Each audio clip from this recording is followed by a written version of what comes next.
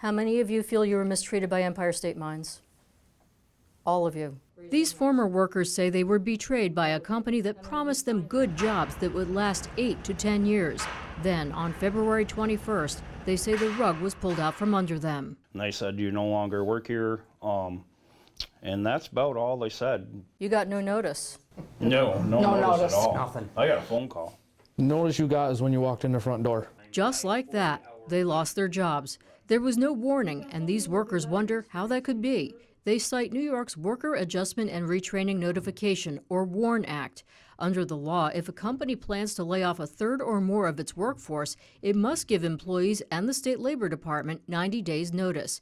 Because Empire State Mines laid off more than half its workforce, many of these employees complained to the State Labor Department, which they say is looking into what happened. It's an ongoing investigation, and that's as far as they take and give me any answers.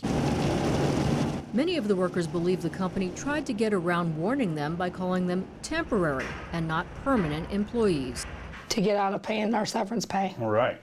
90 days. They should be paying our 90 days. We were not temporary. These workers say they were permanent employees who worked well over 40 hours a week for about a year. Now, how many of you, show of hands, had benefits?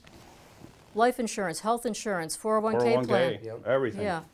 And then you were told you weren't a permanent full-time employee, right? Yes. Right. You were told you were temporary. Yes. Yep. The way I found out they considered us being temporary was your story that you put on after they had laid us all off. The last I knew, I wasn't a migrant worker and worked seasonal. I was a year-round employee. Right. I went every day, I worked every day, along with everyone else. The workers say the company then wanted them to sign this document, which offers them $1,000 severance pay. In return, employees must not speak ill of the company. It's hush money. Yeah, that's pretty much to shut you up, and it's not right. These workers refused to sign. Some say the company told them they had to sign the contract in order to collect unemployment insurance. I was actually told that I couldn't get my unemployment if I didn't do it. The workers say they called the Labor Department, which told them they don't have to sign the contract to collect unemployment. We reached out to Empire State Mines for comment on the employees' claims. We got back only a brief statement that it has at all times complied with both the New York WARN Act and the Federal WARN Act. It also said, "We are not aware of any WARN Act investigation into Empire State Mines."